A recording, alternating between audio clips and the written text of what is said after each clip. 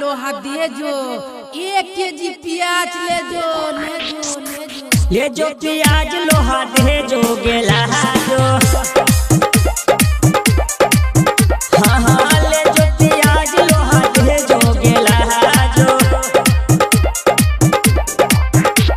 ए साला कहाँ फंसा दिले मलवा से मलकात नहीं भेले। ए भैया रुको हम लगावे छियो जोगा मिलल जे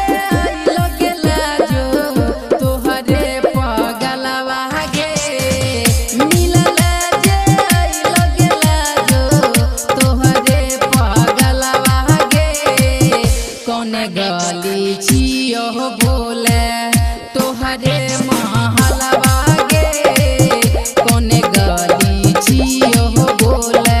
ए बाबू आप लगे छ भगवाने बेरा पार लगे तोरे सहरा से एलो हम काम धाम छोरी जानो से हमारा मिला दा भगवान पूरा याद होई जते हमारा सपनावा दोनों जना मिली के करब जान। हो भैया लागे छ मलवा ना तो आय। अच्छा रुक लगावे छी फोन।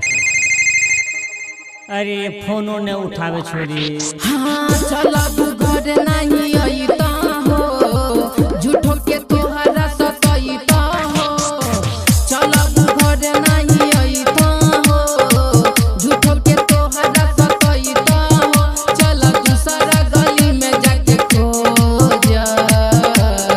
सब साला ले जो प्याज लोहा दे जो गेला।